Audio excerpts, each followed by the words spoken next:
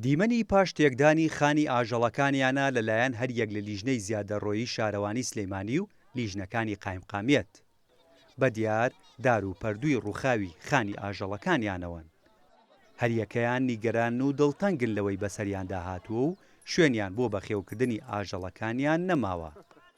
ئەمەمان ێڵاوتمان بۆ وڵاکان ئەم تۆزە بمێنێ دوو وڵاخمانە و لێ ئەمریکانەتە هەتا خانەکانە ڕوات تێدانیشت ئێترەوە ئاوایان لێ کردوتەوە.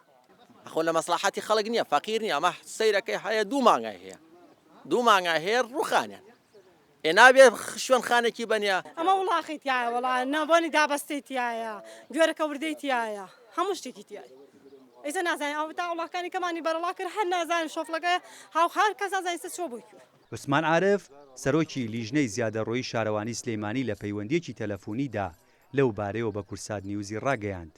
3 مانگ پێش ئێستا ئەو کەسانەیان ئاگادار کردوتەوە کە خانی ئاژەڵەکانیان چۆڵ بکەن چونکە شوێنەکەیان زیادەڕۆییە.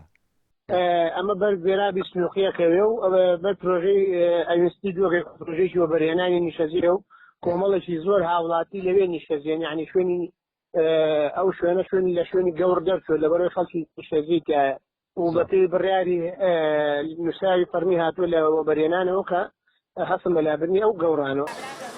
قایمقامیەت و بەشی زیادەڕۆیی شارەوانی سلەیمانی دوو ڕۆژی دیکە مۆڵەتیاندایە خاوەنی ئەو خانانەی دیکە کەماون ئەگەر چۆڵی نەکەن ئەوە تەواوی خانەکان تێک دەدەن چونکە ژینگەی ناوچەکەی پیس کردووە و هاوکات زیانی بە تەندروستی هاوڵاتیانی سنوورەکەش گەیاندووە.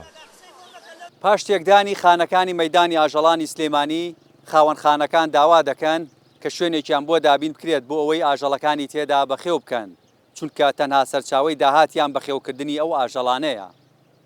هێمن کەمال، کورسات نیوز، سلەیمانی.